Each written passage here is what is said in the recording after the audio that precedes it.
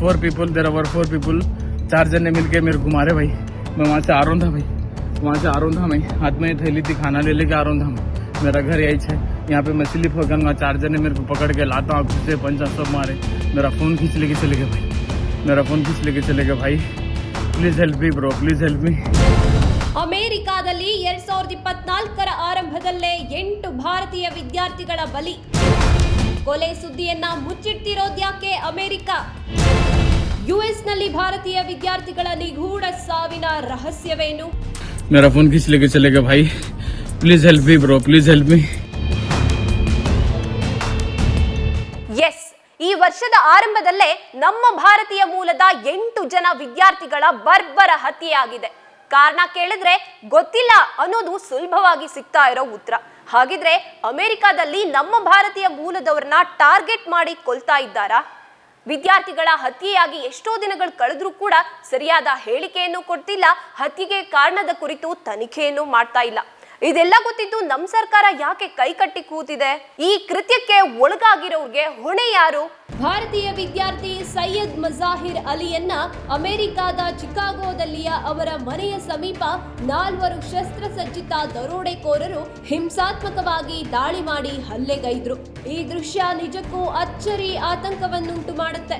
ಅದೃಷ್ಟವಶಾತ್ ಸೈಯದ್ ಪ್ರಾಣಾಪಾಯದಿಂದ ಪಾರಾಗಿದ್ದಾರೆ. ಆದ್ರೆ ಸೈಯದ್ ಕುಟುಂಬ ಮಾತ್ರ ಭಯಭೀತರಾಗಿ ಜೀವಿಸುವಂತಾಗಿದೆ. 4 people, there were 4 people, 4 जने मिलके मेरे घुमा रहे भाई। मैं वहाँ से आ रहा था भाई, वहाँ से आ रहा था मैं, हाथ में थैली थी, खाना ले लेके आ रहा था मैं। मेरा घर यही है, यहाँ पे मैं स्लिप हो गया। 4 जने मेरे को पकड़ के लाता हूँ, घुसे पंचा सब मारे, मेरा फोन खींच लेके चले गए भाई, मेरा फोन खींच लेके चले गए भाई। Please help me bro, please help मी।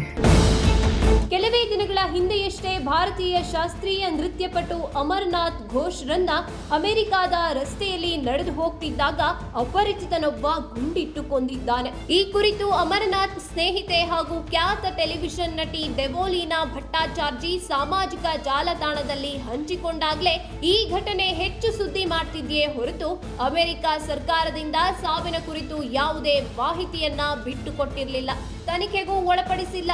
ಅಮರನಾಥ್ ದೇಹವನ್ನ ಪತ್ತೆ ಹಚ್ಚಿದ ಆತನ ಸ್ನೇಹಿತರಿಗೆ ಯಾವುದೇ ಸುಳಿವು ಕೂಡ ಸಿಕ್ಕಿರಲಿಲ್ಲ.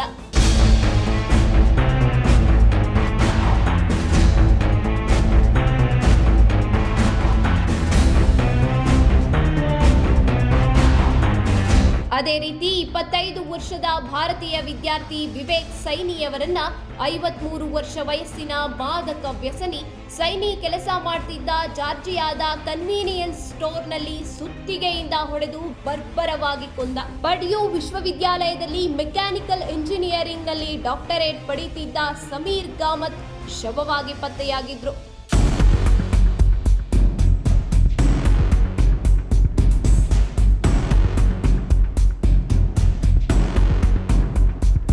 ಅದೇ ಪರ್ಡ್ಯೂ ಯೂನಿವರ್ಸಿಟಿಯ ಮತ್ತೋರ್ವ ಭಾರತೀಯ ವಿದ್ಯಾರ್ಥಿ ನೀಲ್ ಆಚಾರ್ಯ ಕಾಣೆಯಾಗಿದ್ದಾರೆ ಅಂತ ಅವರ ತಾಯಿ ವರದಿ ಮಾಡಿದ ಕೆಲವೇ ಗಂಟೆಗಳ ಬಳಿಕ ವಿಶ್ವವಿದ್ಯಾಲಯದ ಕ್ಯಾಂಪಸ್ನಲ್ಲಿ ಶವವಾಗಿ ಪತ್ತೆಯಾಗಿದ್ರು.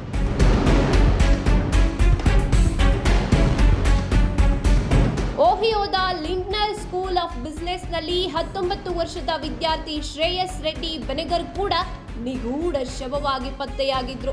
ಪ್ರಕರಣದಲ್ಲಿ ಅಕ್ರಮ ನಡೆಯೋದನ್ನ ಅಧಿಕಾರಿಗಳು ತಳ್ಳಿ ಹಾಕಿದ್ರು.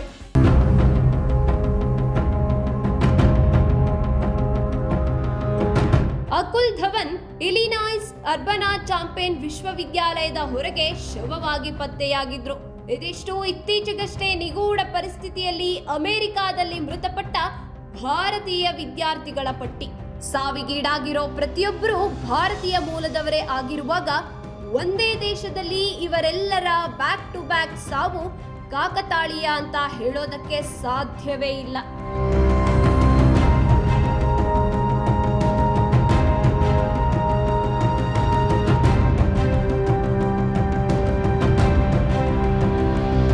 ಒಂದ್ಸಲ ಇಮ್ಯಾಜಿನ್ ಮಾಡ್ಕೊಳ್ಳಿ, ನಮ್ಮ ಭಾರತದಲ್ಲಿ ಅಮೆರಿಕ ಮೂಲದವ್ರು ಯಾರನ್ನಾದ್ರೂ ಹೀಗೆ ಕಾರಣ ಹೇಳ್ದೆ ಕೊಂದಿದ್ದಿದ್ರೆ ಅಮೆರಿಕಾದವರು ಯುದ್ಧ ರಂಪಾಟ ಮಾಡಿ ಪ್ರಪಂಚವನ್ನೇ ಅಲ್ಲೋಲ ಕಲ್ಲೋಲ ಮಾಡ್ತಾ ಇದ್ರು. ಆದ್ರೆ ಇದ್ಯಾವುದು ಇಲ್ಲದೆ ಅಲ್ಲಿರೋ ನಮ್ಮ ಭಾರತೀಯರ ಮೇಲೆ ದ್ವೇಷ ಕಾರ್ತಿರೋದನ್ನ ನೋಡಿದ್ರೆ ಯಾಕೆ ಅನ್ನೋ ಸಂಶಯ ಮೂಡುತ್ತೆ. ಅದಕ್ಕುತ್ತರ ಇಲ್ಲಿದೆ ನೋಡಿ. ಭಾರತೀಯ ವಿದ್ಯಾರ್ಥಿಗಳ ಸಾಲು ಸಾಲು ಸಾವಾಗ್ತಿದ್ರು ಅಮೆರಿಕ ಸರ್ಕಾರ ಮಾತ್ರ ಈ ಕುರಿತಾದ ಯಾವುದೇ ಹೇಳಿಕೆಯನ್ನ ಭಾರತೀಯ ಸರ್ಕಾರಕ್ಕೆ ಕೊಟ್ಟಿಲ್ಲ. ಇಂಥ ಬರ್ಬರ ಕೃತ್ಯಗಳಿಗೆ ಕಾರಣ ಏನು ಅಂತ ಹುಡುಕೋಕೆ ಹೊರಟ್ರೆ ಮೊದಲು ಗೋಚರಿಸೋದು ಅಮೆರಿಕನ್ನರಲ್ಲಿ ಇನ್ನೂ ಜನಾಂಗೀಯ ತಾರತಮ್ಯ, ವರ್ಣಭೇದ ನೀತಿಯ ಗೀಳು ಹಾಗೇ ಇದೆ ಅನ್ನೋ ಅಂಶ. ಇದಕ್ಕೆ 1 ವರ್ಷದ ಹಿಂದಷ್ಟೇ ಅಮೆರಿಕಾದಲ್ಲಿದ್ದ ಭಾರತೀಯ ಮಹಿಳೆಯರ ಮೇಲೆ 58 ವರ್ಷದ ಎಸ್ಮೆರಾಲ್ಡಾ ಆಪ್ಟನ್ ಎಂಬ ಮಹಿಳೆ ನಡೆಸಿದ ರಂಪಾಟವೇ ಸಾಕ್ಷಿ. And I paid my fucking way here. Mexican American. I was born here. What makes you think that we are not American? Were you born here? What makes you think that we are not? Because of the way you speak. Because I'm a Mexican American, but I speak. Life is so great in India. Why the fuck here? Oh, I will come closer. Come closer. Oh my God, guys, record. She's hitting me. She's hitting me. Oh my God. Oh my God. Oh, she's hitting me. She's hitting me. ಇನ್ನೊಂದು ಕಾರಣ ಭಾರತೀಯ ವಿದ್ಯಾರ್ಥಿಗಳು ಅಮೆರಿಕನ್ನರ ಉದ್ಯೋಗ ಕಸಿತಿದ್ದಾರೆ ಅನ್ನೋ ಆತಂಕ. ಭಾರತೀಯರ ಪ್ರತಿಭೆ, ಬುದ್ಧಿವಂತಿಕೆಯಿಂದ ಅಮೆರಿಕನ್ನರು ಅವಕಾಶ ವಂಚಿತರಾಗ್ತಿದ್ದಾರೆ ಅನ್ನೋ ಭಯದಿಂದ ಭಾರತೀಯರನ್ನ ಹೀಗೆ ವಿನಾಕಾರಣ ಹಲ್ಲೆಗೈದು ಕೊಲ್ತಿದ್ದಾರಾ? ಉತ್ತರವನ್ನ ಅಮೆರಿಕ ಸರ್ಕಾರವೇ ಕೊಡಬೇಕಾಗಿದೆ. ಒಟ್ಟಾರೆಯಾಗಿ ಅಮೆರಿಕಾದಲ್ಲಿ ಭಾರತೀಯರಿಗೆ ಇರುವ ಭದ್ರತೆಯ ಲೋಪ ಇಲ್ಲಿ ಪ್ರತ್ಯಕ್ಷವಾಗಿ ಸಾಬೀತಾಗಿದೆ. मेरा फोन किस लेके चलेगा भाई? Please help me bro, please help मी. ನಮ್ಮ ಭಾರತೀಯ ವಿದ್ಯಾರ್ಥಿಗಳ ಸಾವಿಗೆ ನ್ಯಾಯ ಸಿಗಬೇಕು. ನಮ್ಮ ಕೇಂದ್ರ ಸರ್ಕಾರ ಈ ವಿಚಾರವನ್ನ ಗಂಭೀರವಾಗಿ ಪರಿಗಣಿಸಿ ಮುಂದಿನ ಯಾವ ವಿದ್ಯಾರ್ಥಿಗೂ ಈ ಪರಿಸ್ಥಿತಿ ಬರದೇ ಇರೋದಂತೆ ನೋಡ್ಕೋಬೇಕು.